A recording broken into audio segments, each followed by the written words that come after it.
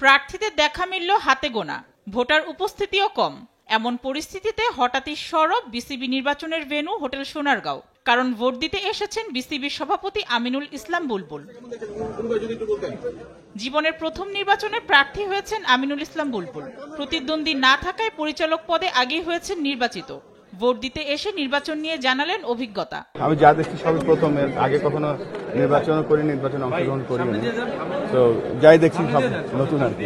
Excitement তো থাকবে দুটো, একটা হচ্ছে নির্বাচন অংশগ্রহণ করছি, আমি নিজেও নির্বাচনে দাঁড়িয়েছি, so let's see, hope for the best.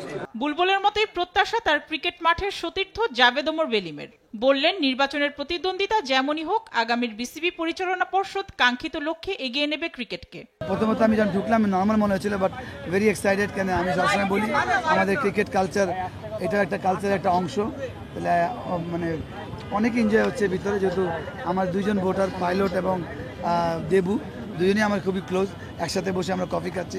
Winning losing important বা মোর ইম্পর্টেন্ট যে আমরা একত্রে ক্রিকেট নিয়ে কাজ করা মোর ইম্পর্টেন্ট, যেটা অনেক সময় হয়নি। বাট আমার বিশ্বাস এই ইলেকশনের মাধ্যমে যদি যারা ফেলও করে, মিলেমিশে কাজ করা উচিত বা আমরা মিলেমিশে কাজ করব।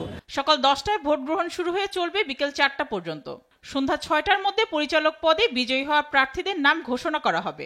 এরপর সন্ধ্যা 7:30টায় অনুষ্ঠিত হবে সভাপতি ও সহসভাপতি নির্বাচন। নতুন বিসিবি সভাপতির নাম জানা যাবে রাত 9টায়। মেহজাবিন হোসেন, স্পোর্টস ডেস্ক, দেশ টিভি।